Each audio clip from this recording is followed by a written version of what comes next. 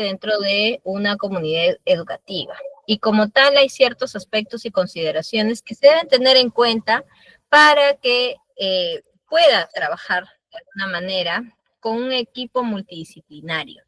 ¿Y por qué estoy hablando acerca de un equipo multidisciplinario? Bien, por la cantidad, se podría decir, de acciones que puede realizar uno al momento de reunir a los padres de familia.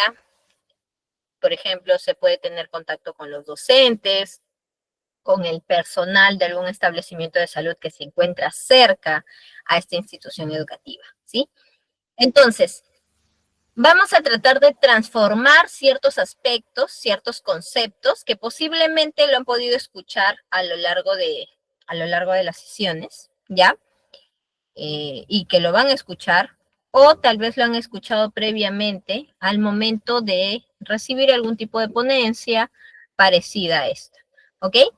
Muy bien, entonces, dentro de los aspectos a considerar para el día de hoy, vamos a trabajar el aspecto de conexión, ¿ya? Para romper ciertos mitos acerca del psicólogo educativo, saberes previos, ¿sí? Los objetivos, la importancia del psicólogo educativo como tal, los ámbitos de intervención, las funciones de un psicólogo educativo, los enfoques contemporáneos, las principales teorías, y vamos a cerrar con un casito. En cada clase vamos a tener un caso o una estrategia a trabajar para que ustedes puedan ponerlo en práctica. Porque si bien es cierto, ustedes pueden recibir información acerca de la psicología educativa, pero la gran pregunta es, ¿cómo es que yo lo puedo aplicar en mi entorno? ¿Verdad? Muy bien, me enseñan teoría y demás, pero ¿cómo es que yo puedo apoyar a este estudiante que tiene dificultad de aprendizaje? ¿Sí? Entonces, para esto vamos a empezar. Muy bien, muy buenas noches a todos los que están saludando en el chat. Muchas gracias por conectarse de manera puntual. Empezamos entonces. En el Perú, el diario oficial es El Peruano, ¿sí? En donde explican, pues, y sale una publicación donde refiere el gobierno peruano que se le va a asignar más psicólogos a los colegios, ¿no? Con una contratación aproximada de 4.000 psicólogos a los colegios.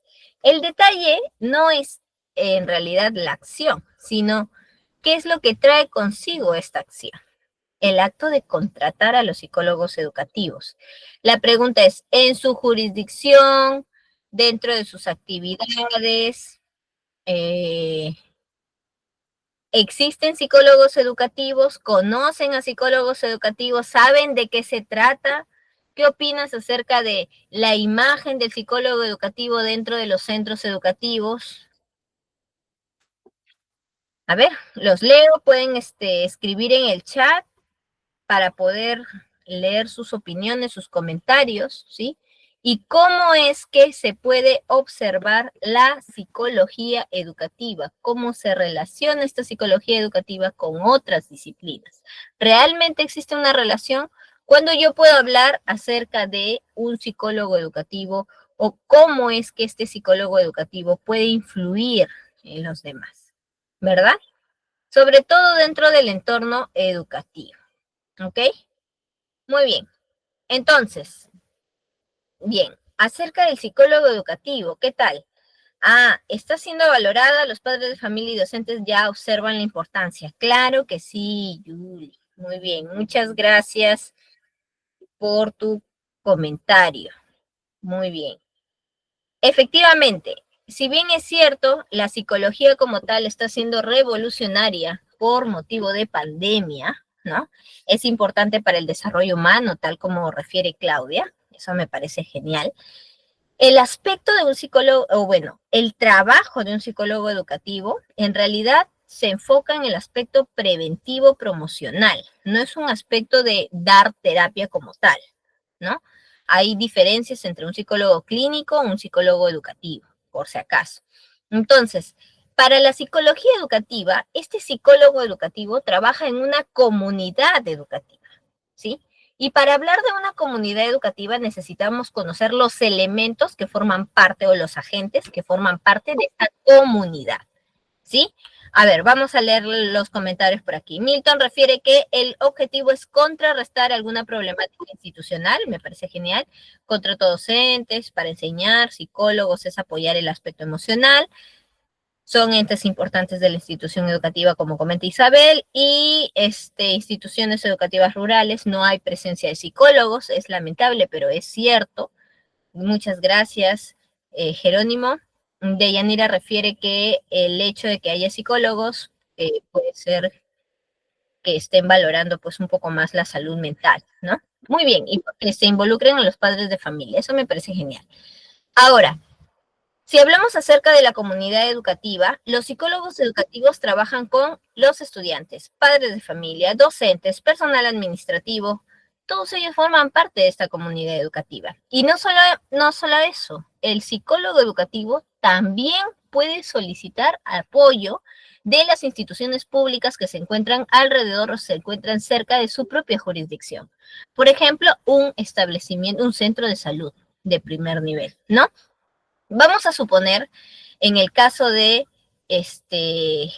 García, de San Jerónimo que estaba comentando, en instituciones educativas rurales. ¿Qué es lo que se puede hacer? ¿Cómo es que se puede trabajar si es que no existe un psicólogo educativo? Bien, pero existe un establecimiento de salud y este establecimiento de salud tiene psicólogo porque es de primer nivel. Si cuenta con psicólogo, el psicólogo puede realizar campañas preventivas, campañas promocionales, tamizajes en cuanto a las edades. Y eso se coordina con la dirección. Entonces, sí se puede realizar algún tipo de acción, ¿no? Claro está que esto es algo que se puede programar, ¿no? Ayuda al aspecto socioemocional, como refiere Cecilia, y diversas charlas de la comunidad institucional, como el aspecto de erradicar bullying. Muy bien. A lo largo de estas sesiones, en la sesión número 2, por ejemplo, vamos a hablar acerca del desarrollo cognitivo. En la sesión 3, el desarrollo socioemocional. La sesión 4, todo lo que son necesidades especiales educativas. Y finalmente, en la última sesión, vamos a hablar sobre el aspecto de resolución de conflictos como tal, ¿no? Entonces, si hacemos este hincapié acerca del psicólogo educativo, ¿sí? Y cómo es que podemos encontrar o basarnos ciertos aspectos fundamentales de la propia gestión educativa, podemos observar que el psicólogo educativo tiene muchas funciones que están enfocadas a distintas áreas, pero la mayoría no lo conoce o no lo aplica, ¿no? Por ejemplo, si hablamos acerca de un psicólogo educativo como tal, la psicología educativa estudia el comportamiento humano, psicología, pero en ambientes educativos. Es decir, se involucra en el proceso de enseñanza-aprendizaje, ¿sí? Se entiende se entiende que existen algunas necesidades. No hay que enfocarnos en los problemas. Evitemos hablar de problemas como tal, o limitaciones, ¿no? O deficiencias. Hay que eliminar esas palabras. Hablemos de necesidades. Cuando un estudiante no comprende bien la clase, existe una necesidad y la necesidad surge porque va a tratar de comprender la situación. No es que el estudiante, no, es que no quiero que entienda, pues no, ay, no, para perdido, ¿cierto? Entonces, existen situaciones en donde el propio estudiante va a tratar de comprender ciertos aspectos y parte de estos aspectos está relacionado, involucrado con acciones. Estas acciones tienen que permitir, pues, mejorar las situaciones personales. ¿A qué me refiero con situaciones personales? Me refiero a las medidas específicas que puede tener un propio psicólogo. Cada profesional establece sus propios límites y estos límites van a permitir mejorar ciertos aspectos educativos, ¿ok? Cada profesional, por ejemplo, acá no solamente hay psicólogos, también hay docentes, ¿verdad? O algún profesional que está en contacto de manera constante con los niños, ¿cierto? Entonces, aquí es donde se puede observar esos aspectos principales. Pero para esto es necesario que ustedes conozcan objetivos. ¿Por qué objetivos? Porque al momento de establecer los lineamientos y demás, vamos a poder entender que existen situaciones que se pueden contrarrestar. O sea, podemos contrarrestar las necesidades a través de estrategias o técnicas, ¿sí? O parte de este objetivo está el promover. ¿Qué es lo que se puede promover? A ver, si nos ponemos a pensar un poquito sobre el aspecto de promoción. ¿A qué le llamo yo promoción? ¿A qué le llamo yo prevención? ¿Qué es lo que se promueve? ¿Qué es lo que se previene? Hay que tener cuidado con estos conceptos, ¿ok? Si se habla de promoción, si se habla de promover, lo que se promueve son conductas prosociales, ¿no? Que se encuentran relacionadas con la salud mental, ¿ya? En bienestar de la salud mental, ¿ok? Por ejemplo, yo puedo promover las buenas costumbres, puedo promover el buen trato, puedo promover autoestima, ¿no? Y el aspecto de prevenir está enfocado con el análisis de un problema, un diagnóstico institucional, ¿sí? Si hablamos de análisis como tal, este análisis se enfoca en el aspecto preventivo. Por ejemplo, hace un rato escribieron sobre el bullying. Yo puedo prevenir el bullying, la violencia escolar, el acoso escolar, ¿cierto? En base, con base a ciertos aspectos que he podido observar en el aula, ¿ya? Puedo prevenir la ansiedad en adolescentes, puedo prevenir la depresión en adolescentes, puedo prevenir conductas autolesivas sin intención suicidas, ¿no? Los casi, ¿cierto? ¿Por qué? Porque existe un nivel de atención y el nivel de atención que está relacionado a este psicólogo educativo está vinculado al primer nivel, siempre y cuando exista algún tipo de convenio o apoyo por parte de un centro de salud que se encuentre cerca a su jurisdicción, ¿sí? Lo que se debe identificar son las necesidades para poder evaluar estas necesidades y establecer una jerarquía de necesidades. ¿A qué me refiero con jerarquía? Jerarquía es priorizar las necesidades. Por ejemplo, si yo observo que este estudiante tiene problemas de atención y concentración, y al mismo tiempo observo que este estudiante tiene problemas para dormir, ya, tiene dos necesidades. Necesidad una, problema de atención y concentración, ¿no? Necesidad de atención y concentración. Necesidad dos, sueño. ¿Qué necesidad creen ustedes que el psicólogo debe priorizar? Debe enfocarse. No es que no lo van a trabajar, se trabaja ambos, pero ¿cuál sería el primero que se podría abordar? ¿Cuál creen ustedes? Tenemos dos opciones. Tenemos el de atención y concentración y tenemos la privación del sueño. Ajá, Milton dice sueño, Pamela dice sueño, interesante, Guadalupe dice sueño, Jordan también dice sueño. ¿Por qué sueño? Joana, Cecilia, están pilitas, ¿sabes? Este grupo me ha tocado bien pilas, qué interesante. ¿Por qué sueño? ¿Por qué creen que sea sueño? ¿Por qué se da el sueñito? ¿Por qué creen que se pueda dar? ¿Mm? Un estudiante cansado no aprende, dice Milton. Ok, mm, puede ser la causa de que da la segunda opción, ya. Rendimiento en clase, el descanso es fundamental, sí, ok. Vamos, si hablamos acerca de términos psicológicos, ya, el sueño está relacionado con el aspecto fisiológico, ¿sí? La primera necesidad, según la pirámide de Maslow, es tratar de cubrir las necesidades fisiológicas, hambre, sueño, sed y demás.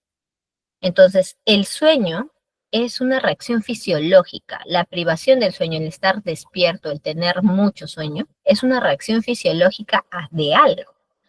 Es necesario cubrir esta reacción fisiológica y después atender la segunda necesidad, que en ese caso vendría a ser atención y concentración. Ustedes lo han podido relacionar con la fatiga, con el cansancio, puede ser físico, mental y demás, tal como lo han referido, y eso me parece estupendo porque realmente es así. Una persona que no duerme bien, emocionalmente no se encuentra estable al día siguiente. Ustedes como adultos, si no duermen bien emocionalmente el día siguiente, o están muy coléricos, están muy estresados, están muy agotados, no rinden dentro de sus actividades laborales, ¿sí? Imagínense lo que puede pasar con un estudiante, ¿no? No hay que minimizar las acciones, ojo con eso, ¿ya? Muy bien. Ahora, vamos a ver. Entonces, para poder establecer una importancia, una jerarquía como tal, ¿ya? Para establecer una jerarquía como tal, lo primero que debemos hacer es comprender, después adaptar, proporcionar, para poder alcanzar un aprendizaje más significativo. ¿Por qué? Si hablamos acerca de una comprensión como tal, comprender es el aspecto de comprender que cada estudiante es independiente, cada estudiante es único, cada estudiante tiene su propia personalidad y propias características. Cada estudiante se adapta a distintas realidades, a su propio ritmo y proporciona, brinda estrategias de solución a distintos problemas. Por eso es que su experiencia en el proceso de aprendizaje es completamente distinta, ¿sí? Ahora, el acto de proporcionar herramientas y conocimientos para poder mejorar este rendimiento académico hace que la psicología educativa sea importante dentro del desarrollo docente, ¿sí?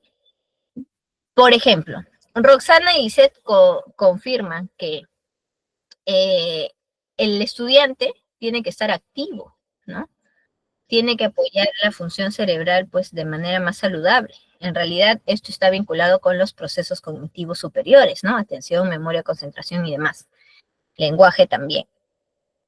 Si como docente o como profesional yo comprendo que este estudiante tiene necesidades, lo que vamos a hacer es mejorar la estrategia de enseñanza para poder enfocarnos en esas necesidades, ¿sí? ¿Por qué? Porque aquí viene la relevancia del trabajo docente. Si son docentes, si son psicólogos, si estén involucrados con el aspecto de enseñanza, entonces es necesario que conozcan esta relevancia, ¿sí? Primero, el diseño de estrategias de enseñanza, es decir, nos enfocamos en las necesidades. Con base a estas necesidades, podemos armar los estilos de aprendizaje. Tenemos que motivar a los estudiantes. Si un estudiante ingresa en el aula y es nuevo y observa que todo el aula participa, él se va a sentir motivado de participar, ¿sí? A excepción de entrar a un aula en donde él quiere participar, pero observa que todos están distraídos, están con su teléfono, no quieren interactuar, hay un problema ahí, ¿cierto? Entonces no establece una conexión con el ambiente y el ambiente no sería propicio. Se debe atender las diferencias individuales en el aula, se debe adaptar el enfoque, debe existir una atención a la diversidad, ¿cierto?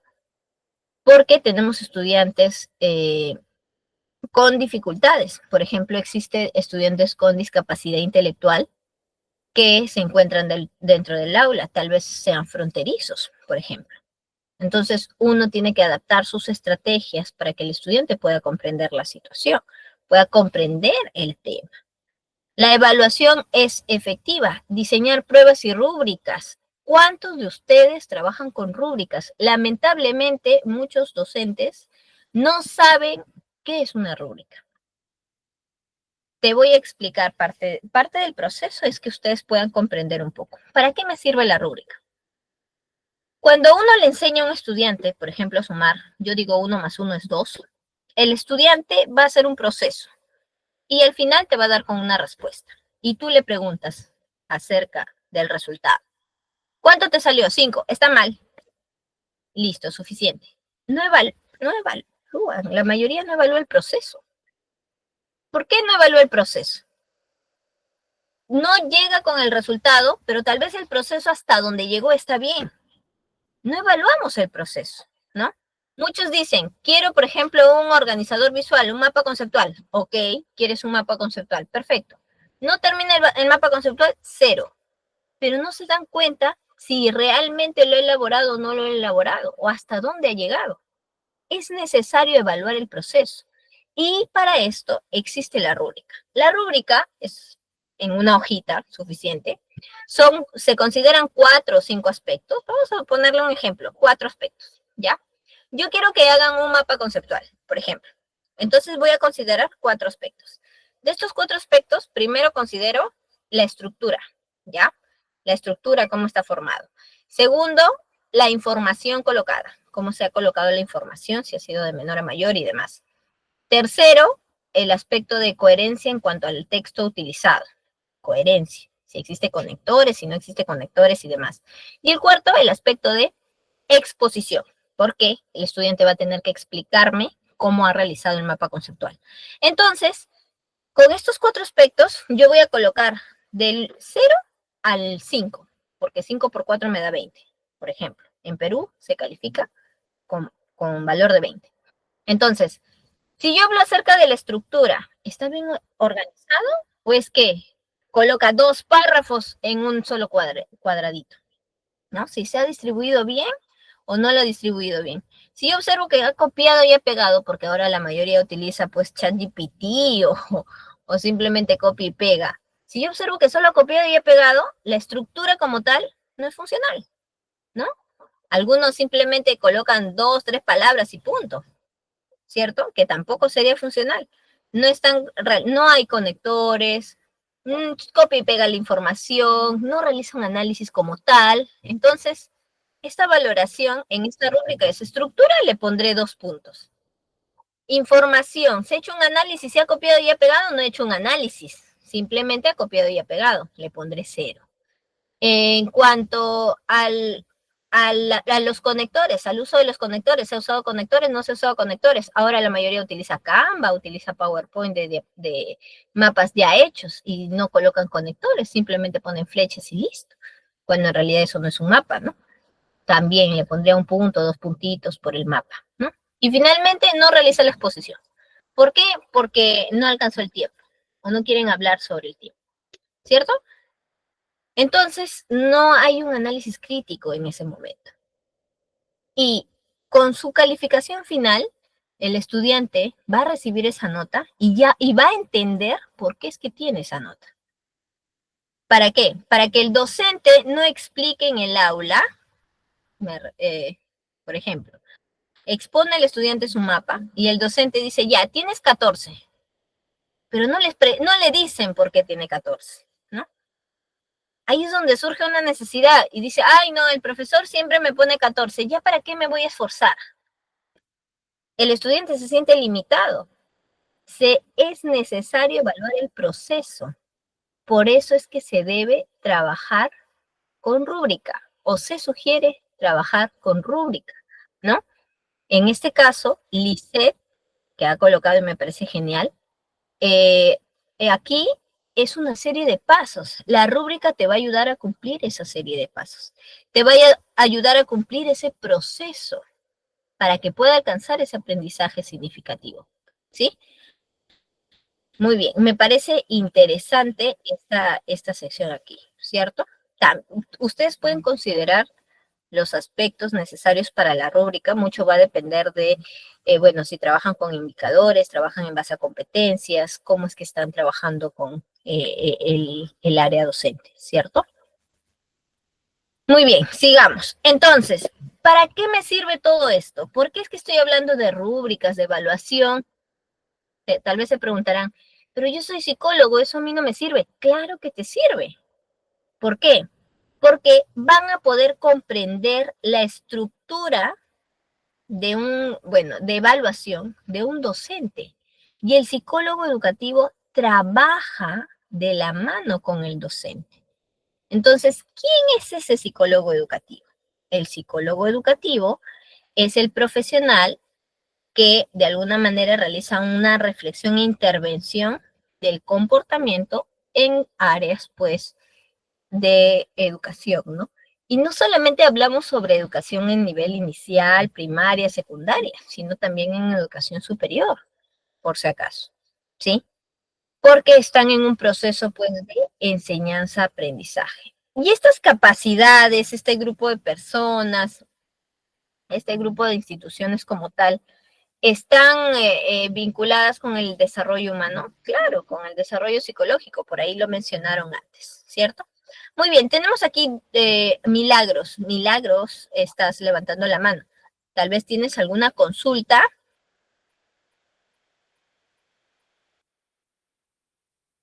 algún comentario, o si no, puedes colocarlo en el chat, no hay ningún problema, ¿ok? Muy bien, entonces, para poder entender y comprender parte de este proceso, hay que conocer cuáles son los ámbitos de intervención, en donde yo puedo realizar una intervención como tal, una intervención como psicólogo, pues, educativo, ¿no? O un trabajo dinámico con el psicólogo educativo. Por ejemplo, está el área personal. ¿Quiénes son? ¿Quiénes son los que trabajan de manera directa con los estudiantes?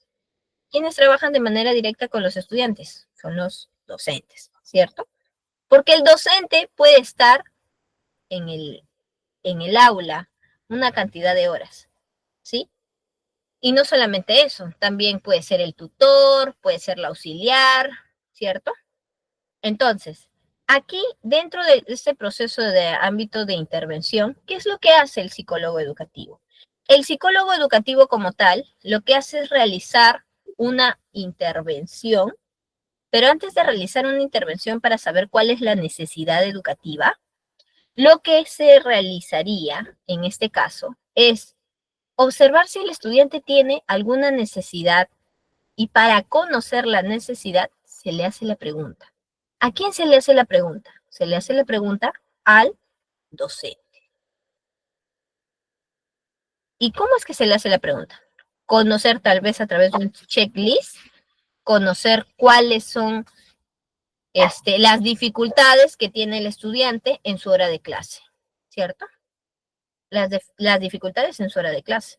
Tal vez el docente deriva a psicología a un estudiante porque en su clase no copia, porque no le gusta, por ejemplo, inglés, ¿no?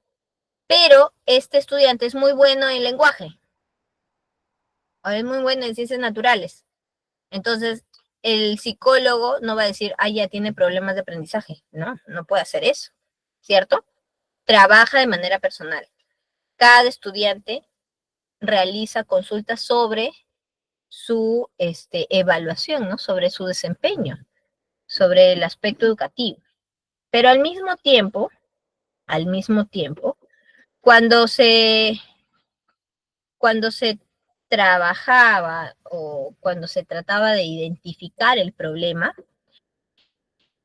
si se logra identificar que existe alguna necesidad en cuanto al aprendizaje, el psicólogo tiene que estar en contacto con la familia. ¿Para qué? Para conocer la dinámica familiar. Por ejemplo, si este psicólogo observa que el estudiante solamente grita en el aula, ya, grita, grita, grita en el aula, y los demás lo perciben como una falta de respeto porque está gritando, entonces el psicólogo cita a los padres y observa que también grita. ¿Qué es lo que está ocurriendo aquí? La dinámica familiar. ¿Cómo se está llevando a cabo esta dinámica familiar? ¿Cierto? ¿Cómo sería el aspecto organizacional e institucional? ¿Cuáles son las estrategias? Ahí el psicólogo se preguntaría, ¿cómo es que esta institución educativa, cómo es que el colegio puede ayudar a este estudiante? ¿Tienen estrategias, existen herramientas, los tutores, los profesores están capacitados, ¿no? ¿Cuál es el aspecto sociocomunitario? ¿Cómo es que la comunidad puede apoyar a este tipo de estudiantes? El establecimiento de salud más cercano.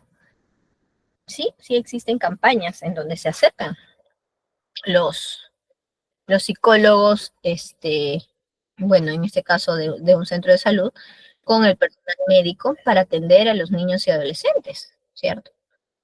Finalmente, se involucra en el proceso de enseñanza-aprendizaje, mejorando algunas estrategias, ¿no? O sugiriendo, realizando algunas actividades para que el estudiante pueda estar en contacto con su medio, ¿ok?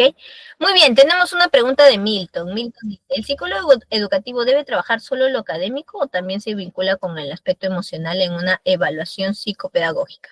Porque un estudiante en una entrevista solo te preguntan sumas y restas o que memorice palabras. Este alumno tiene bajo desempeño académico. Ah, ya, ojo con esto. El psicólogo educativo lo que puede hacer es un informe psicopedagógico. Y para hacer un informe psicopedagógico necesita conocer cuál es la interacción que tiene este psicólogo educativo, bueno, este estudiante con los docentes. Entonces, se habla con el docente de lenguaje, con el docente de matemática, con el docente de educación física y demás. El aspecto emocional sí es crucial. Por eso en la clase número 3 vamos a hablar sobre el desarrollo socioemocional, ¿no? ¿Por qué es crucial? Porque, por ejemplo, si yo estoy observando que este menor ingresa al aula y solamente grita, se comunica a través de los gritos y eso propicia que otros estudiantes empiecen a gritar, uno se preguntará, ¿esto lo hace adrede? ¿Realmente tiene conciencia que está gritando o es que está acostumbrado a gritar y por eso está reaccionando de esta manera? ¿No? Tendría que ver su dinámica familiar, ¿cierto? Hay algunos menores que están siendo cuidados por sus tíos, por sus abuelitos, y cuando uno le pregunta acerca de la mamá, del papá, no responden, no saben qué responder, ¿no? Hay algunos que cuando quieren algún tipo de participación, algunos docentes, y sacan a los estudiantes a la pizarra y demás, los estudiantes tartamudean. Y el docente piensa que tiene un problema relacionado con el lenguaje. Dice, ah, no, tiene trastorno del lenguaje. Tiene que ir a una terapia para el lenguaje. Cuando en realidad este aspecto de tartamudez puede generarse por un estado de ansiedad que se genera por salir al frente, ¿no? Entonces, el aspecto emocional también se involucra. En este informe psicopedagógico no solamente se habla con los docentes, sino también se habla con los padres de familia para conocer su dinámica. Se habla con el estudiante, se habla con algún compañero de confianza, porque es un informe general acerca del área educativa, ¿sí? Ahora, no es solamente tratar de conocer si es que este estudiante, ya, este estudiante no me ha realizado bien las sumas, no me ha realizado bien las restas, no me ha contestado bien las preguntas de inteligencia, entonces es limítrofe y por eso es que tiene problemas. No, no es solo eso, es ir más allá. No nos podemos quedar sentados a aplicar solo una prueba y decir, ya, este estudiante tiene problemas porque en la prueba sale que tiene problemas. No, olvidémonos de eso, ¿ya? Un psicólogo está capacitado para poder entender parte de esta dinámica familiar, parte de esta dinámica social que tiene el estudiante con sus compañeros. Por ejemplo, si Pepito de 4 años observa, ingresa a un centro educativo y en este centro educativo, este personaje, Pepito, de 4 años, ve que todo su grupo grita, se tira al suelo y demás, al principio le va a causar temor, ¿cierto? Pero después de causarle temor, qué es lo que va a hacer? Va a observar que a través del grito, los demás le hacen caso, le prestan atención, ¿no? Incluso la profesora que está enfrente grita para que todos le presten atención. Entonces Pepito, que tiene 4 años, va a entender que debe gritar para que le hagan caso. Y cuando llega a su casa, Pepito, de 4 años, va a empezar a gritar para comunicarse. Y los padres dicen, ¿qué pasó? ¿En qué momento Pepito empezó a gritar? Si antes no gritaba, porque no conocen su dinámica dentro del centro educativo, no conocen el ambiente del centro educativo, ¿cierto? Entonces, ¿cómo podemos contrarrestar? El padre de familia está asustado y en ese momento dice, no, yo tengo que ir al colegio. Y va al colegio y dice, mi hijo está gritando, no sé por qué grita. Y de frente se van a dirección, en lugar de hablar con el tutor, o con el profesor. Se van a dirección y le dicen, director, mi hijo está aprendiendo a gritar, cuando en realidad en mi casa nunca le grita. ¿Y el director qué hace? Llama al tutor, llama al auxiliar del aula y llama al psicólogo para saber cuál es la solución que se puede hacer, ¿no? Cuando en realidad lo ideal hubiera sido hablar primero con el tutor y después hablar con el psicólogo para saber qué es lo que se puede hacer, ¿no? El psicólogo podría dar charlas sobre el buen trato y demás, dirigido a niños de 4 años, ¿no? Para tratar de regular el aspecto emocional, ¿cierto?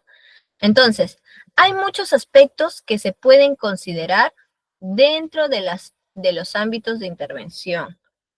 Eso va a depender de cuán importante hasta cierto punto sea para ti el aspecto de aplicar ciertas estrategias o ciertas técnicas para mejorar este tipo de situaciones. ¿Ok? Muy bien. Sumi, estás levantando la mano. Si tienen alguna consulta o pregunta, por favor, no se olviden de colocarlo en el chat, ¿ok? Para poder leerlo y poder avanzar un poquito sobre sus dudas, ¿ya? Es importante que ustedes también logren expresar. Miren, estamos hablando acerca de esta situación como tal. Muy bien, vamos a continuar. Vamos a continuar entonces. Funciones del psicólogo educativo. Dentro de estas funciones, ojo que una cosa es ámbito de intervención y otra distintas son las funciones. Dentro de estas funciones, se debe conocer que existe una intervención en las necesidades educativas de los estudiantes, ¿no? Recuerden que en la sesión 4 vamos a hablar sobre necesidades educativas, ¿sí? ¿Cuáles son las funciones? Si ustedes son psicólogos, ¿cuáles son las funciones? Primero, participar en una atención educativa durante las primeras etapas de vida. En realidad, lo ideal es que exista una intervención de promoción de cualquier tema, actitud prosocial, por ejemplo, en los primeros años, ¿no? En inicial, primer, segundo grado. ¿Por qué? Porque en el caso de inicial, por ejemplo, ¿qué es lo que nos dice la teoría del desarrollo humano?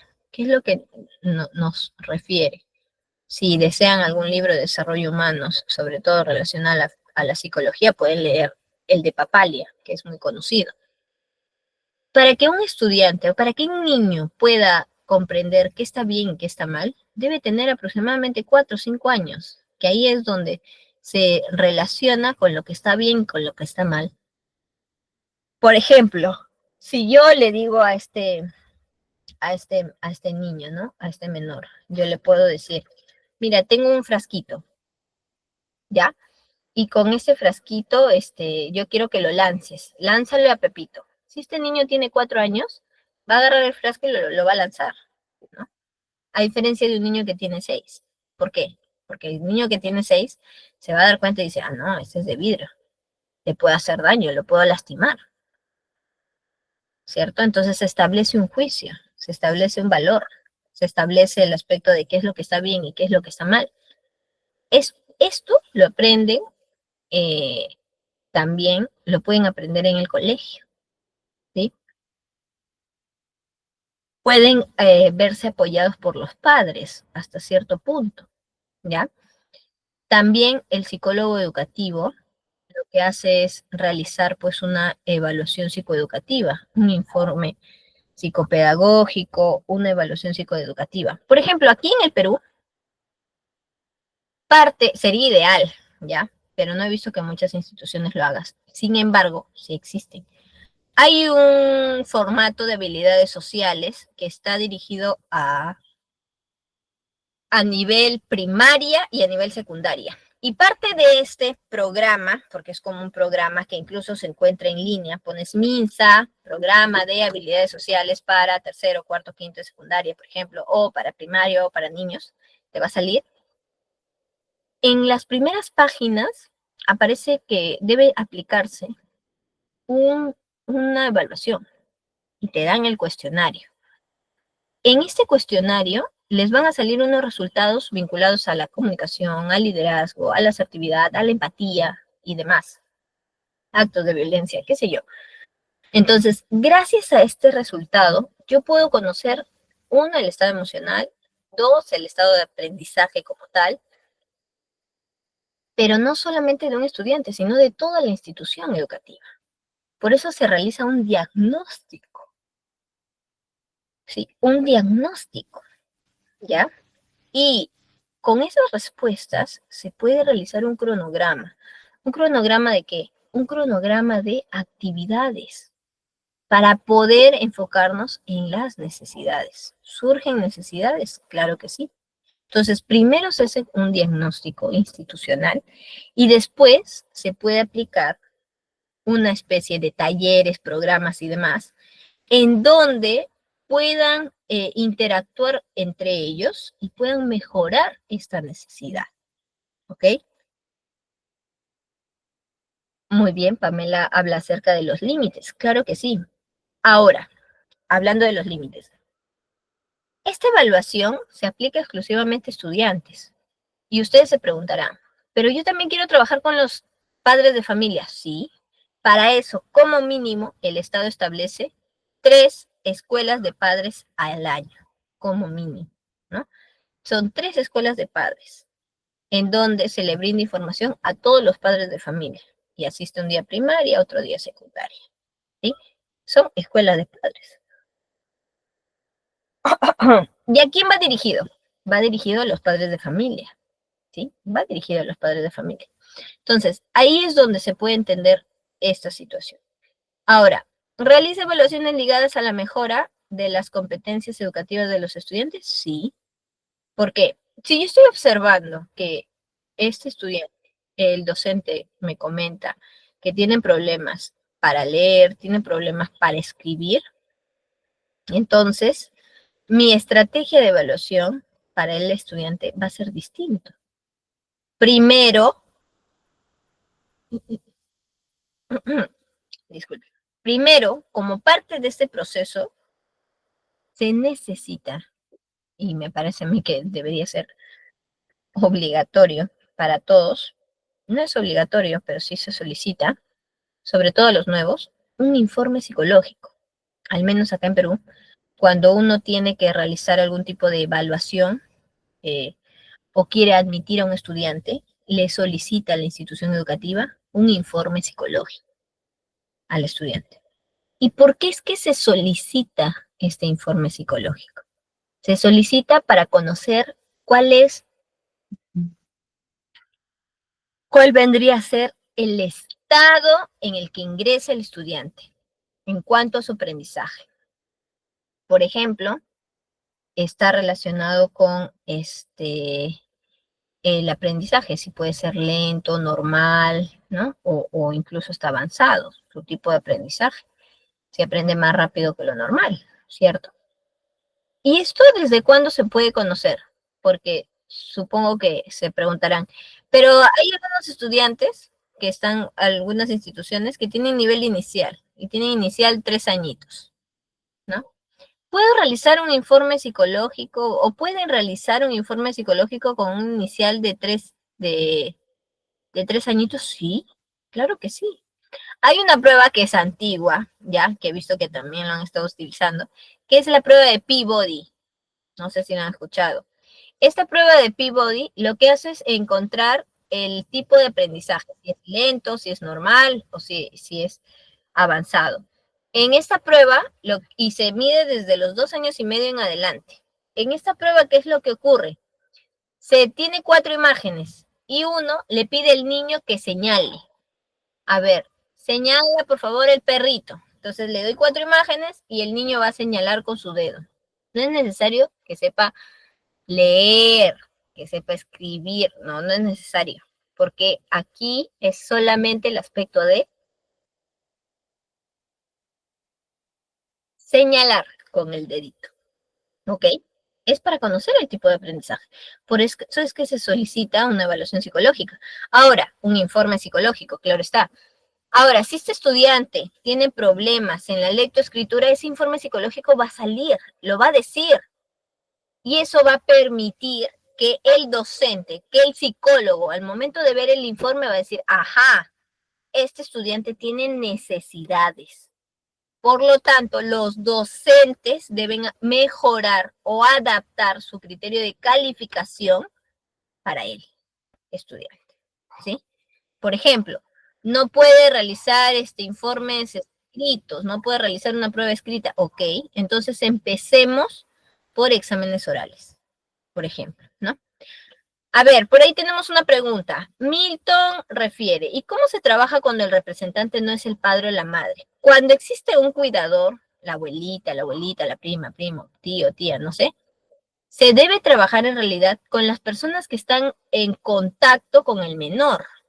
Y la escuela de padres, eso es lo que hace, ¿no? Por ejemplo, hablaban acerca de los límites hace un ratito, ¿no? Pamela habló acerca de los límites, porque los abuelitos o los tíos o los primos son muy permisivos en algunas ocasiones, ¿no?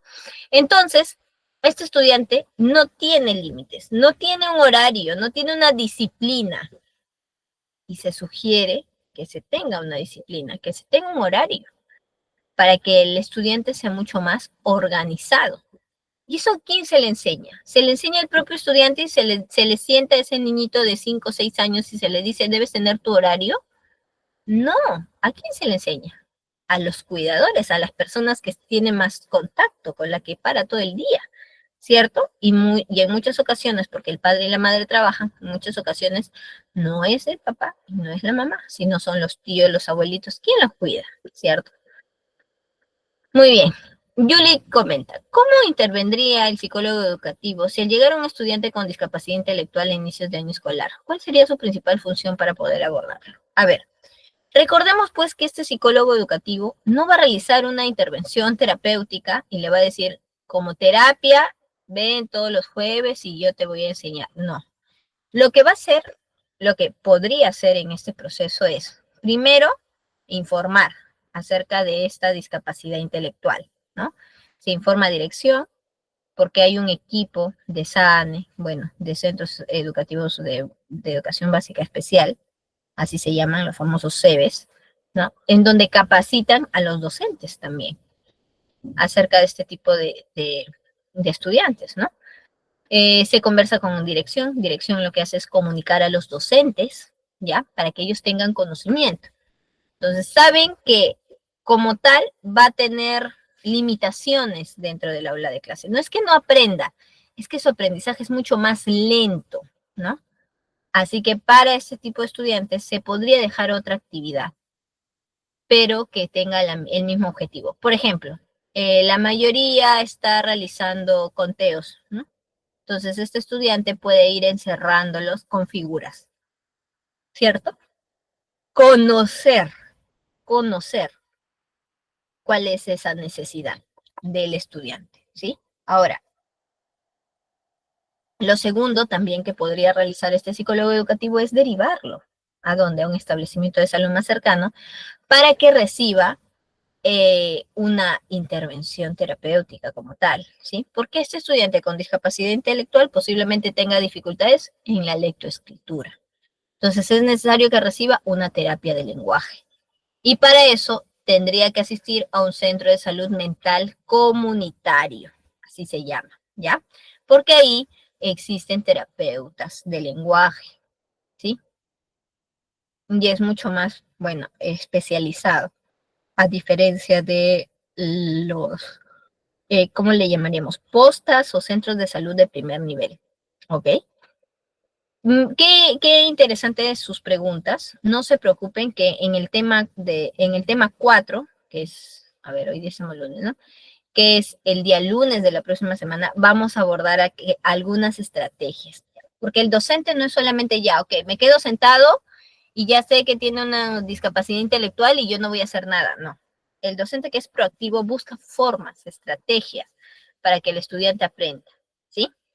Ahora, eh, muy bien. Vamos con la siguiente pregunta, dice Jesús. ¿Cómo podemos abordar a los papás cuando el profesor se da cuenta que hay algo en el niño, pero mamá o papá no lo manifiesta? Eso sí, debemos tener mucho tino, mucho cuidado al momento de trabajar con los padres, porque algunos padres se cierran, se rehúsan y dicen, no, mi hijo no tiene ningún problema, el problema son de ustedes que no les enseñan bien. E incluso lo pueden hasta retirar de la institución educativa. Entonces, aquí es donde se le comenta al padre, ¿no? Por ejemplo, se le cita a los padres. El ejemplo más claro y lo que yo te sugiero es que realices un juego con el menor. Se le cita a los padres y se le da al menor, por ejemplo, un pupiletra, ¿no? Le voy a dar un pupiletra o le voy a dar colores para que pinte. Desde el aspecto de cómo se sujeta un lápiz. Entonces, el menor se sienta y, a ver, pinta, por favor, y yo converso con el padre. ¿Qué tal? ¿Cómo están? ¿Cómo es su dinámica? ¿Quiénes viven con él? ¿Cómo interactuar? Y el menor está pintando, ¿no? Quiero que lo observen, lo observen. Después de observar, regresan a ustedes. Ok, indicarles que a esta edad, 5 años, el estudiante ya tiene que realizar líneas, círculos y trazos firmes, porque es lo que debe realizar el estudiante. Sin embargo, quiero que observen lo que está realizando su hijo. No está acorde con su desarrollo. Eso no significa que esté mal o que esté enfermo, porque los padres se asustan, sino lo que se sugiere es realizar una evaluación psicológica para conocer si puede el estudiante tener una dificultad. De esta manera vamos a trabajar en equipo, ¿sí? Los padres se asustan mucho acerca de escuchar que el estudiante puede tener algún tipo de problema. Lo ideal es abordarlo de la mejor manera, pero explicándoles, dándoles base científica, no, no, es que yo creo que su hijo tiene autismo. No, es abordarlo, ¿ya? Abordarlo y sugerirle una evaluación completa para que el estudiante pueda ir a un especialista. Ahora, esta evaluación completa, mucho cuidado. ¿Por qué? Porque los padres dicen, wow, y voy a tener que gastar. No. En Perú existe un seguro integral de salud, que es el SIS, ¿ya? Que está cerca a tu jurisdicción, que en este caso es la posta de tu localidad o centro de salud, y la atención es completamente gratuita. Solamente tienes que ir a sacar cita y esperar, ¿no? Esperar cuando la cita se pueda dar, ¿cierto? Entonces, sí se puede realizar una evaluación psicológica para que puedan tener conocimiento, ¿ok?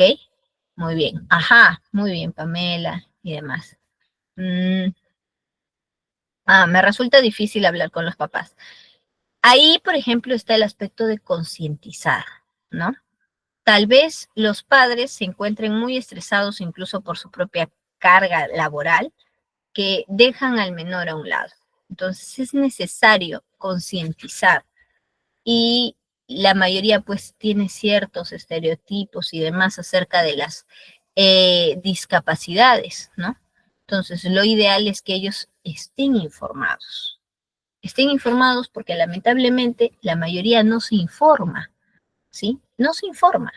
Muchos creen que un estudiante fronterizo no va a poder realizar ninguna acción, cuando en realidad no, sí se puede adaptar a la sociedad. Se adapta, su aprendizaje es un poco más lento, pero lo hace, no es que no lo pueda hacer. Para eso se utilizan estrategias, ¿sí? No se olviden, en la clase número 4 vamos a hablar sobre necesidades educativas especiales, ¿ok? Muy bien, sigamos. Entonces, ¿cuáles vendrían a ser esos enfoques que están relacionados a la psicología educativa? Tenemos varios enfoques, ya vamos a tratar de hablar sobre cada uno de ellos y luego vamos a hablar sobre un casito, ¿ya? Por ejemplo, el constructivismo. Aquí el estudiante construye su propio conocimiento. Se promueve la acción o sea, la experiencia para que él pueda aprender, ¿sí? Vamos a hablar un casito sobre constructivismo dentro de unos minutitos. También está el aprendizaje cooperativo. ¿A qué me refiero con cooperativo? Cooperativo, ¿ya? Cooperativo, porque colabora, es un trabajo en equipo, se trabaja mucho en equipo para mejorar sus habilidades sociales y académicas. También está el enfoque de inteligencias múltiples. ¿Cuántos han tenido dificultades bueno, en relación a su inteligencia, ¿no? A su tipo de inteligencia. Por ejemplo, si se va a abordar de una forma, ¿no? Por ejemplo, yo puedo decir, ya, yo soy profesor de historia y como profesor de historia solamente leo, leo, leo, leo, leo, leo, leo. Y me canso de leer, ¿no? O de dictar, dictar, dictar, dictar. El estudiante, que es mucho más visual en su inteligencia múltiple, no va a entender nada de lo que está diciendo el profesor. Pero si este profesor de historia trae imágenes, trae videos, ¿no? Trae acciones, se disfraza y demás, como salieron en las noticias el año pasado, el anteaño pasado y en pandemia, entonces el estudiante va a prestar atención, ¿sí? Porque su tipo de inteligencia que predomina es el aspecto visual. Y esto va a fomentar un tipo de aprendizaje mucho más significativo. Va a ayudar a que el estudiante aprenda, ¿sí? Entonces, ahí es donde se puede observar que existe un cambio, ¿sí? El uso de la tecnología, por motivo de pandemia, ¿cuántos de ustedes han utilizado las plataformas, las herramientas digitales? ¿Cuántos han utilizado Kahoot, Mentimeter, Padlet y demás para poder hacer acciones? Y eso, ¿no? Incluso PowerPoint, que ahora ya, bueno, está un poquito desfasado, pero ¿cuántos y lo siguen utilizando? ¿No? ¿Se puede utilizar tecnología? Sí. Videos interactivos y demás, se puede utilizar. Y pues está el enfoque relacionado con la inclusión educativa, donde se informan los estudiantes y se trata de abordar de manera independiente las discapacidades, ¿ok? Porque lo ideal es que tengan una educación pues de calidad, que todos puedan entender, que tengan una educación en calidad. Por ejemplo, si vamos a la aplicación en el aula, ¿cómo es que yo puedo aplicar en el aula estas teorías? Veamos con el conductismo. El conductismo, aunque no lo crean, la mayoría ha pasado por y hasta ahorita, ha pasado por un proceso de condicionamiento, ¿ya? Con conductismo, ¿sí? Porque asocia el estímulo y la respuesta. Por ejemplo, cuando ustedes eran niños, vamos a ver si se acuerdan, un poquito al menos, eran niños y recibían una clase inicial y lo hacían muy bien, la tarea, la maestra, ¿qué les ponía en la frente? ¿O qué les ponía en el cuaderno? ¿Qué les daba la maestra? Cuando tú hacías algo bueno en el aula, cuando estabas en inicial, ¿qué colocaba? ¿Qué te colocaba? ¿Qué te ponía? 20 tal vez. AD, no sé. Un sellito, ese sellito de carita feliz, una estrellita. Muy bien, Julie. Claro, y eso es condicionamiento. ¿Por qué? Porque te pegaba la estrellita en la frente, posiblemente, y al pegarte la estrellita en la frente o esa carita feliz, tú dices, wow, y no querías que nadie lo toque. Llegabas a tu casa y le decías a tu mamá, a tu papá, y estabas todo el día con tu carita feliz. Y tú te sentías, wow, ¿cierto? Y decías, quiero tener más caritas felices. Y te esforzabas y jugabas y participabas y hacías tu tarea porque querías una carita feliz. Eso es el conductismo. Reforzaban tu conducta, es decir, te daban un sticker por hacer algo bueno. ¿Sí? Y esto hizo que tú participes más, te muestres más activo, interactúes con los otros, ¿cierto? De eso se trata el conductismo. Puede ser conductismo, ¿no? Puedes aplicar el conductismo en tus clases. Cognitivismo. ¿En qué se basa este cognitivismo? Cognitivismo se basa en los procesos, pues, que se intervienen en este aprendizaje, pero relacionado a memoria, atención, la metacognición. ¿Cuántos de ustedes son buenos en debates, en el análisis, en la crítica y la interpretación? Se promueve el pensamiento crítico. ¿Y cómo se hace en el aula? Con debates, con casos, quiénes están a favor, quiénes en contra, pero ¿por qué? Se fomenta en el aula este tipo de conductas, ¿ya? ¿Para qué? Para mejorar, pues, parte de las acciones, ¿no? Que tiene el estudiante. El constructivismo. Acá es donde construyen su propio aprendizaje. Por ejemplo, si hablamos acerca de un trabajo colaborativo, se pueden utilizar materiales, aspectos vivenciales, ¿no? Si yo quiero que aprendan a contar, entonces hago un mundo en el suelo y empiezo a saltar y que todos realicen el salto y empezamos a contar, ¿cierto? Utilizamos distintos recursos, distintas herramientas para que el estudiante pueda aprender. Ahora, esto seguro vas a decir, no, pero es que eso solamente lo ven los docentes, no lo ven los psicólogos. Espera un momento. Psicología educativa está relacionado desde la educación inicial y eso desde el aspecto de estimulación temprana, porque asisten a un nido, a un jardín, van al colegio. Entonces es necesario que ustedes conozcan este enfoque para que puedan trabajar con ellos, ¿sí? Para que puedan enseñarles, no solamente a los estudiantes, sino también a los docentes, para que ellos puedan mejorar su estrategia, ¿ok? Socioconstructivismo. En este caso, el socioconstructivismo relaciona la interacción social con el aprendizaje. Aquí los estudiantes comparten ideas, aprenden, pero ya no solos, sino con pares, es decir, con otros estudiantes y colaboran de manera conjunta, ¿cierto? Ajá, Catherine por ahí dice de Jean Piaget, claro que sí, el aspecto cognitivo, ¿no? No se preocupen que Jean Piaget lo vamos a ver en la clase 2, o sea, el día miércoles. Muy bien, este es el casito, ¿ya? Este es el casito. Vamos a hablar sobre este casito. Tenemos bastante tiempo. Vamos a tener también un tiempo para las preguntas, ¿ya? Y para que ustedes puedan interactuar también aquí en el aula. Vamos a ver. Queremos fomentar el aprendizaje constructivista en el aula. Vamos a poner el casito. Dice, imagina que eres un docente de primaria, así sea psicólogo, imagina, ¿ya? O imagina que tú eres psicólogo y un docente de primaria viene a buscarte, ¿ya? ¿Para qué? Para mejorar ciertos aspectos que se ven en el aula, ¿ok? Y te dice, estás enseñando el tema de las plantas a tus estudiantes, en lugar de simplemente darles una conferencia y mostrarle imágenes. Miren qué interesante.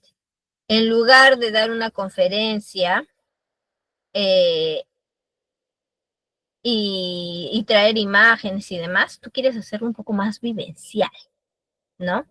Un poquito más vivencial. Entonces, lo que tienes que hacer es aplicas los principios del constructivismo. ¿Y cómo es eso? Primero, exploración inicial. Estudiantes de primaria, ¿no? Tú eres docente y dices, bueno, vamos a aplicar el constructivismo.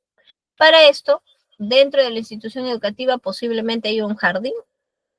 Decimos, todos al patio. Vamos. Cojan su lápiz y su cuaderno, nos vamos al patio. O simplemente, solo vamos al patio, nada más. Si tiene un jardín.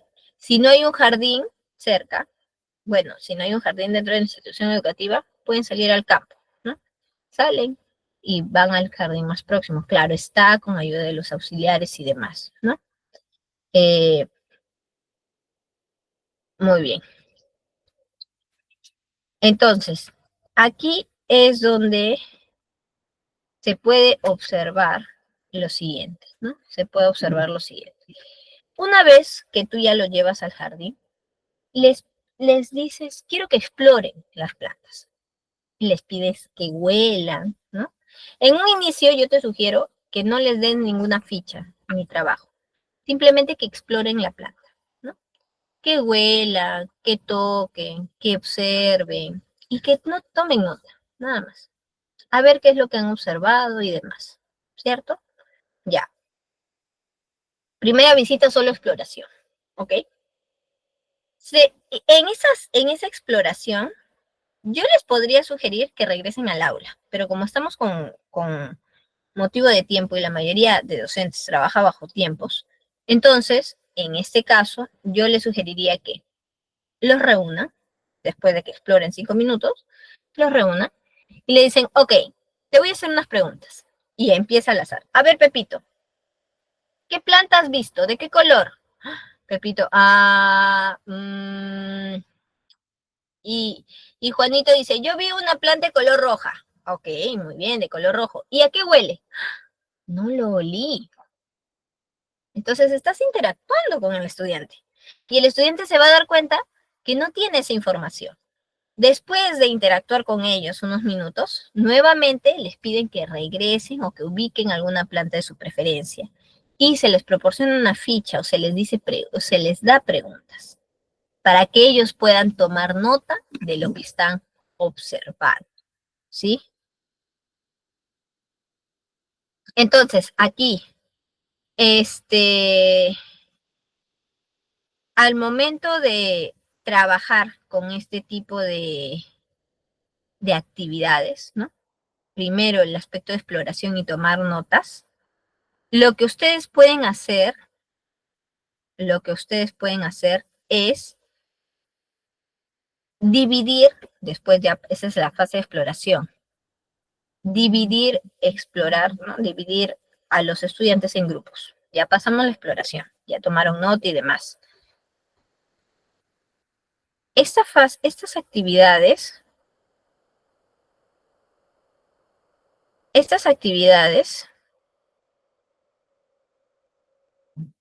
están relacionadas con el aspecto de investigación, ¿no? Los dividimos en grupitos, ¿ya? Y ellos deciden escoger una planta en específico, ¿ya?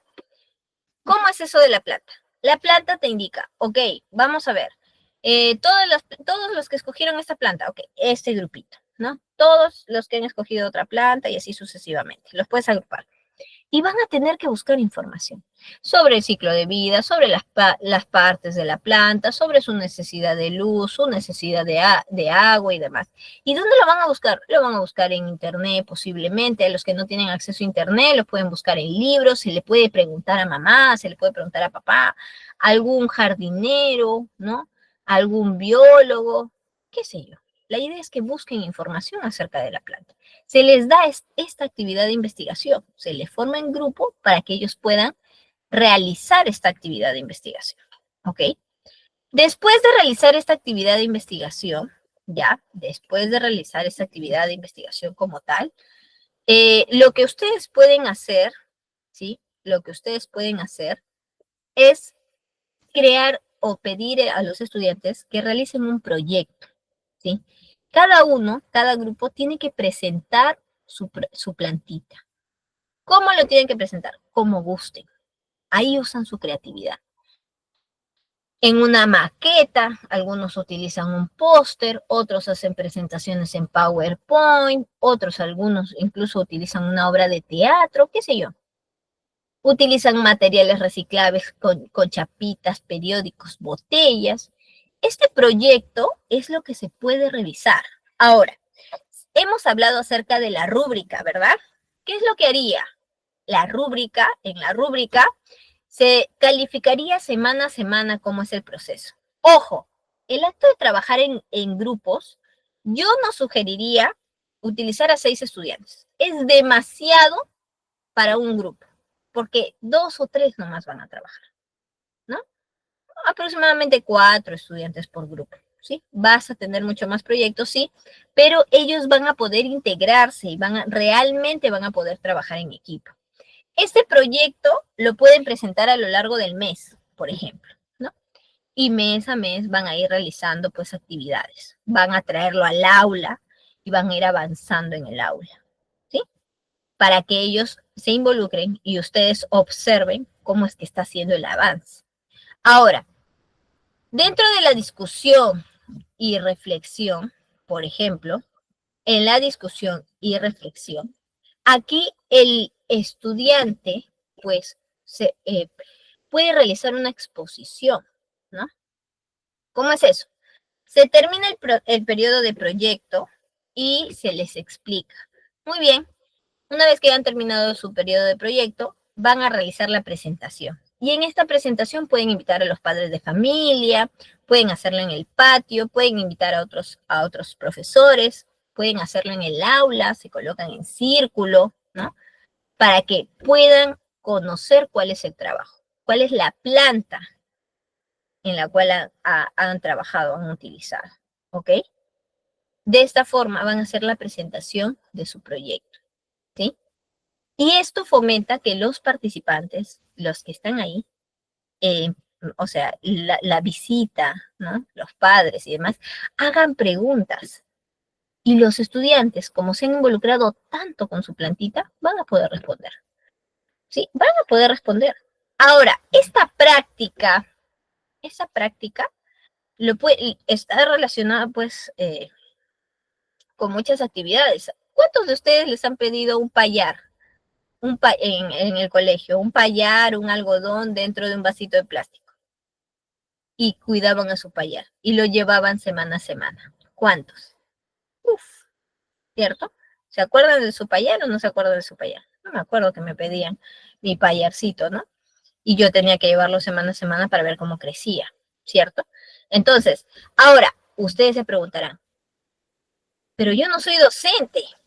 Y si yo no soy docente, ¿cómo es que yo voy a aplicar esto? Momento. La teoría constructivista no solamente va dirigido a los docentes, también va dirigido a los propios psicólogos. ¿A quién le podrías explicar este método? A los docentes de nivel primario. ¿Tú puedes aplicarlo en tus propios talleres? Sí. ¿Sí? Lo puedes aplicar. Por ejemplo, el acto de fomentar la autoestima. El fomentar la autoestima, puedes realizar una campaña de abrazos. Y en la campaña de abrazos, los sacas a todos al patio, hacen sus letreros. Ellos construyen sus propios letreros, sus propios cuadros selfie y demás, ¿no? Y después de eso, se paran en el patio y colócate. Campaña regala un abrazo. ¿Quieres un abrazo? Puedes acercarte. Y los demás tienen que observar quién abraza más gente, ¿no? Algo así, ¿cierto? Pueden hacer incluso un concurso sobre la campaña de abrazos, ¿sí? Se le regala un abrazo, se le toma una fotito y demás. O sea, este es el aspecto constructivista. Y después comentan, ¿y cómo te has sentido? ¿Y cómo es que esto ha mejorado o no ha mejorado? El aspecto constructivista, ¿cómo se trabajaría en educación superior? Me parece esto muy interesante porque incluso ha habido muchas campañas al respecto, en donde los estudiantes de psicología en universidades colocaban una mesa en medio del patio y en esta mesa colocaban unos audífonos y un letrero que decía, si te sientes si te sientes derrotado o sientes que tienes problemas, escúchame. Y estaban en los audífonos, ¿no? O si quieres hablar con alguien, escúchame. Y los estudiantes se acercaban, se ponían los audífonos y escuchaban frases de alguien hablando, ¿no? Y después de esto se sentían mucho mejor y veías el cambio en el rostro de la persona. Esto es un aspecto constructivista, sí, porque uno se proyecta, uno se programa, se planifica, ¿no?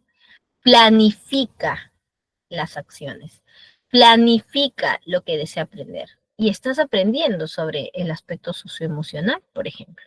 Entonces, aquí es donde pueden realizar algún tipo de acción, ¿ya? Para mejorar el entorno educativo, ¿sí? Y pues no nos olvidemos de la parte práctica. ¿Cuál sería la parte práctica? La parte práctica es que después que ellos han conocido, han experimentado, han hablado sobre las plantas, dígame, ¿van a cuidar su plantita o no? Claro que lo van a cuidar, ¿no? Se le puede asignar, ok, ya hemos hablado acerca de las plantas, esta semana le va a tocar al grupo número 1 empezar a regar las plantitas, observar que el jardín esté bien, o vamos todos a sembrar una semillita, ¿no? Para que ellos se involucren en el proceso de aprendizaje. Y esta semana el grupo 1 va a plantar su semillita y va a empezar a regar. Muy bien. La semana siguiente el grupo 2 y va a revisar el grupo 2. La semana siguiente el grupo 3 y así sucesivamente va avanzando, ¿sí? Para que todos estén involucrados. Claro está, con permiso de dirección y demás. Esto es algo que se enseña, ¿sí? Uno como docente tiene estrategias, pero al mismo tiempo no tenemos que olvidarnos de los psicólogos. Como psicólogos tienen más trabajo todavía. ¿Por qué? Porque está la intención de cambiar ese chip a los docentes que han estado acostumbrados a trabajar solo el libro, ¿no? A trabajar pues con textos, a ni siquiera llevar imágenes para hablar de las plantas. Entonces, ¿cómo transformamos el chip? Tal vez digan, no, es que no tenemos mucho tiempo, la clase dura 40, 45 minutos, tenemos 2 horas, pero debemos avanzar y demás. Créanme que cuando se trabaja de manera conjunta el psicólogo con el docente, sí les va a alcanzar el tiempo para poder realizar la actividad. Y la sesión, sobre todo, ¿cierto? Uy, Sumi me comenta que no se escucha. A ver, por ahí, me indica, ¿sí? Me escriben en el chat si se escucha, por favor.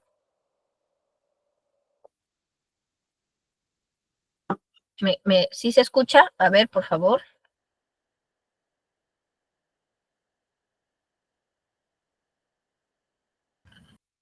Ajá, muy bien, muchas gracias. Pamela, Elizabeth, Cecilia, Alejandro. Ah, ya, ok. Sí, sí se escucha. Ya, muy bien, perfecto. Entonces no habría problema. Y tal vez lo que yo te sugiero es que salgas y vuelvas a entrar, Sumi. Uy, pero ¿cómo le decimos si no escucha? Le escribimos, ¿verdad? Para ver si es que tiene alguna dificultad, tal vez sea su conexión. ¿Ya? Muy bien. A ver, entonces, vamos a ver. Georgina está levantando la mano. A ver, Georgina, vamos a atender tu consulta, tu pregunta, tal vez, o tu comentario, tu plus adicional. Ojo, esto es solamente un ejemplo. Ustedes lo pueden acoplar con sus propias necesidades, ¿no? ¿Cuáles son las necesidades que tienen en la institución educativa, en donde están, o que tienen en el ambiente en el cual están interactuando con niños y adolescentes o adultos mayores? También es importante, ¿sí? Muy bien, vamos a ver. Vamos a continuar entonces. Ahora, algo que sí me gustaría sugerirles, lo que sí me gustaría sugerirles es lo siguiente. Cada vez que ustedes realicen una actividad, una sesión educativa, un taller, una charla, una clase, ya sea que si fueran psicólogos o docentes y demás, cada vez que ustedes realicen esto, nunca se olviden del producto de aprendizaje. Recuerden que toda sesión tiene una estructura, inicio, desarrollo, cierre, pero parte de esta sesión está en el aspecto de conocer.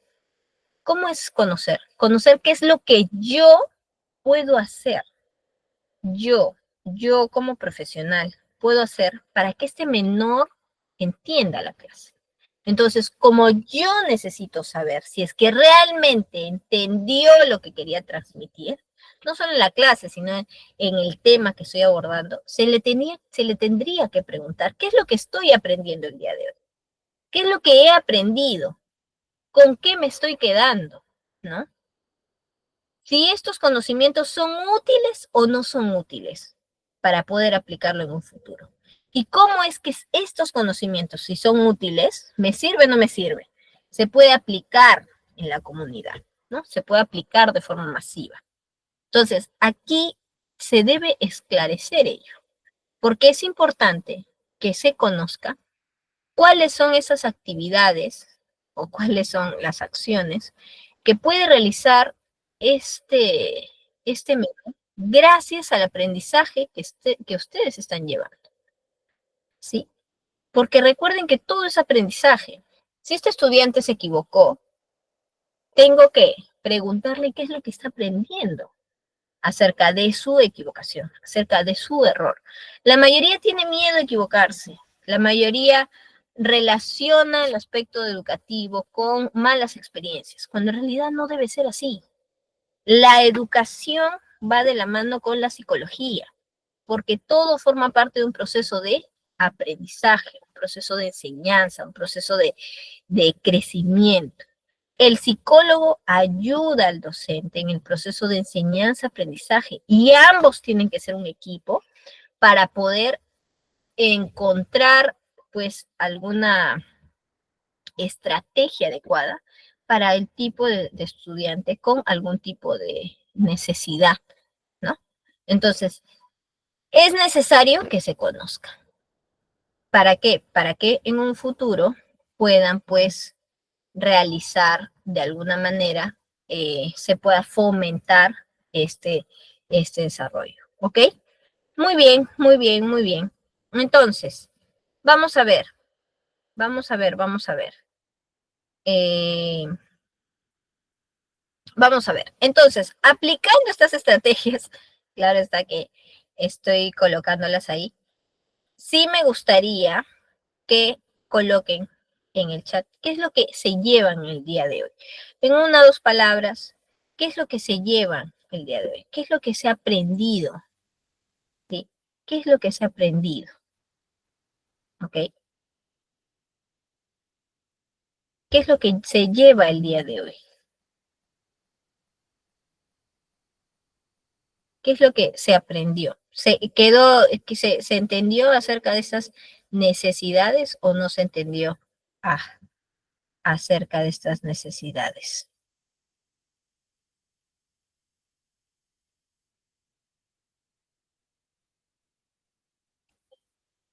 A ver, a ver. ¿Con qué se están quedando? Recuerden pues que esto también les va a ayudar para poder mmm, entender que hoy día obviamente no hemos podido abordar tantos aspectos porque eso lo vamos a ver a lo largo de las clases, ¿no? La finalidad, por ejemplo, de la sesión que viene, de la sesión número 2, es que ustedes entiendan que el aspecto cognitivo va relacionado con estas necesidades y el aspecto emocional está vinculado con la acción que puede realizar el menor en el aula, ¿no? Muchos me preguntan, ¿y cómo es que yo puedo eh, abordar a un estudiante que se muestra desafiante, ¿no? Que responde, que falta el respeto, ¿cierto? Que fomente el bullying tal vez. Entonces, para realizar una especie de abordaje, aplicar estrategias, es necesario partir de acá. Es necesario conocer cuáles son las funciones, la importancia, hasta qué punto como psicólogo educativo puedo realizar una intervención, ¿no? Puedo realizar una intervención. Ahora, la intervención no solamente se podría dar con los estudiantes, sino también educar a los padres. ¿Cuántos padres nuevos refieren que han llevado hasta cierto punto a sus hijos a un centro educativo y dicen, pero mi hijo siempre sacó 20, mi hijo siempre sacó 18, siempre ha sido buen estudiante? Cuando llega acá, ha bajado. Entonces, el problema es el colegio y quieren cambiarlo de institución educativa, ¿no? Cuando en realidad no comprenden que son otros temas, son otros cursos, las clases son nuevas, ¿cierto? Y muchas veces responsabilizan a los docentes y responsabilizan al psicólogo porque piensan que el psicólogo no hace nada, ¿no?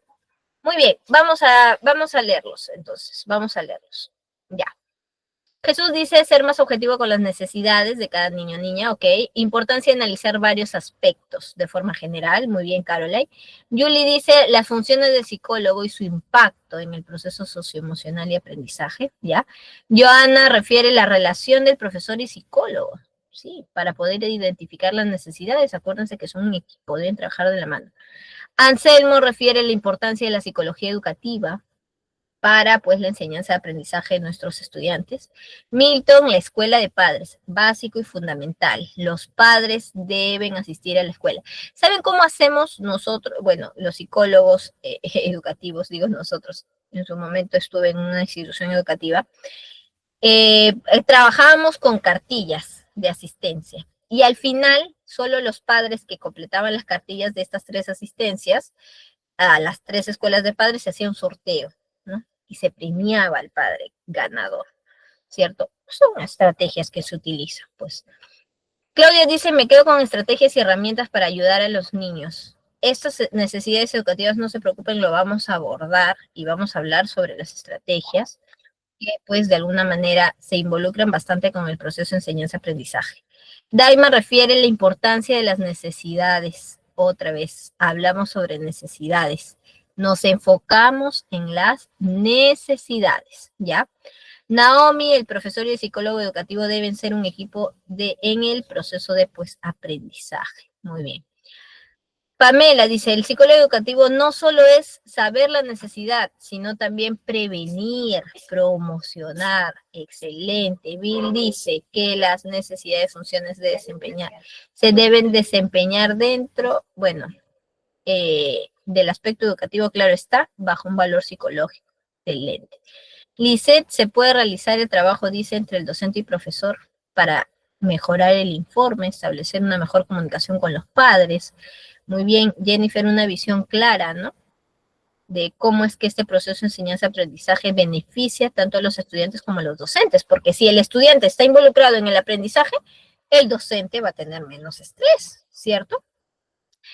La psicología educativa orientada a mejorar el desarrollo cognitivo y emocional, muy bien, San Jerónimo. Felicita dice, es importante conocer los estilos de aprendizaje, trabajar con diferentes teorías. Ustedes no solamente se enfoquen en una teoría, por favor, siempre es importante conocer esta mixtura, ¿ya? Ladies dice que el objetivo del psicólogo educativo es comprender cómo las personas aprenden, ajá, y desarrollan estas habilidades dentro de un entorno educativo. Muy bien. Siempre vamos a aprender, ¿no? Incluso ustedes aquí en el aula están conectados porque desean aprender y mejorar parte de sus estrategias, ¿cierto? Muy bien, y por último, Cecilia dice especificar la psicología educativa se centra en el proceso de aprendizaje, sí. Hay que tener en cuenta los estilos de aprendizaje. Muy bien, muy bien, muy bien. Entonces, me parece genial. Muchas gracias. Agradezco a todos los que han participado el día de hoy. Los veo muy pilas, muy activos, un grupo muy interesante. Espero volver a verlos el día miércoles. No se olviden que nuestras clases son lunes, miércoles y viernes de 8 a 9:30 de la noche. Ahora les voy a dar pase con la coordinadora, ¿sí? Con su coordinadora para que pueda darle algunas indicaciones. Tener en cuenta, pues, que les sugiero que se conecten de forma puntual porque nosotros iniciamos la clase así, clock, 8 en punto, ¿ya? Y conforme vamos avanzando, van conociendo un poco más del tema, se van involucrando, van a ir participando, ustedes también pueden contar con sus experiencias, no se olviden de interactuar siempre en el chat, ¿ok? Muy bien, entonces, vamos a darle paso a la coordinadora, me parece que está por ahí. Vamos a dejar de compartir, mi Firulais está terrible por acá. A ver. Vamos a ver. Ajá, detenemos la presentación. Ya, listo. Ahora sí.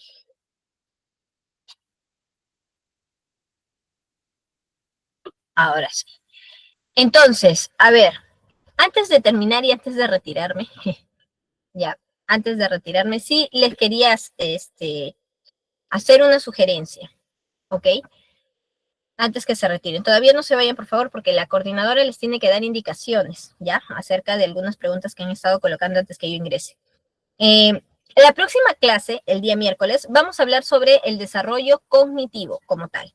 Si han tenido algún caso de algún estudiante que haya presentado dificultad dentro de este aspecto cognitivo, cuando hablo de aspecto cognitivo es atención, memoria, concentración, incluso lenguaje que ustedes han podido observar, sí sería interesante que ustedes lo coloquen en el chat para poder leerlo y darles algún tipo de solución o alguna estrategia dentro de la sesión, porque el desarrollo cognitivo como tal es muy amplio, ¿ya?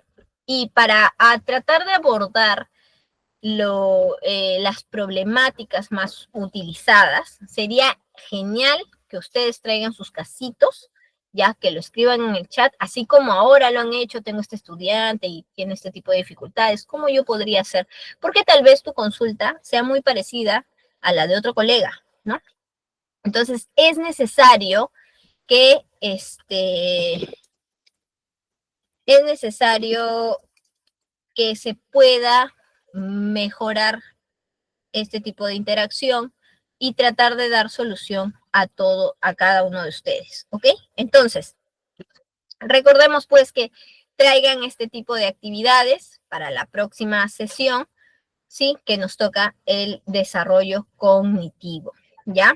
Para poder pues mejorar y darles algunas pautas específicas. La finalidad es que ustedes no hagan al pie de la letra o no apliquen al pie de la letra, sino traten de adaptarlo a sus propias, eh, a su propia realidad, ¿no? ¿Cuántos de ustedes, yo no sé qué lugares me escuchan o me leen, pero es necesario para poder también darles una solución como grupo, ¿no? Ah, ya. Por ejemplo, Katherine dice, yo tengo a un estudiante de 10 años y no puede pronunciar bien la R y se le hace complicado. Juegos, si la veo, rimas, palabras, ¿no? Hay algunos que antes utilizaban un lapicito, ¿cierto? Un lápiz y empezaban a... ¿sí? Hay otros, por ejemplo, que utilizan un sorbete y hacen una bolita de papel y con el sorbete empiezan a soplar la mesa de un lado a otro, empiezan a soplar la bolita de papel para darle fuerza y el acto de soplar el sorbete para que traslade la bolita de papel de un lado a otro mejora pues la pronunciación, aunque no lo crean. No te preocupes, Katherine, que eso también lo podemos trabajar. Y te puedo dar algunas otras pautas y estrategias para que puedas utilizar en el transcurso de las clases, ¿ok? Es importante, ¿por qué? Porque este estudiante, eh, el aspecto del lenguaje, recuerden que el lenguaje está relacionado bastante con su desarrollo cognitivo, ¿no? Si el estudiante tiene limitación en el lenguaje, va a aumentar su edad cronológica y va a ir disminuyendo su edad mental, porque la edad cronológica, pues de alguna forma, si ustedes saben, la fórmula del coeficiente intelectual está relacionado a esto, ¿no? Y el lenguaje va de la mano.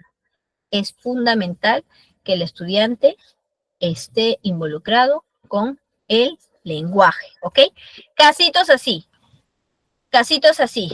Eh, podemos, podemos trabajar ese tipo de casitos, ¿sí?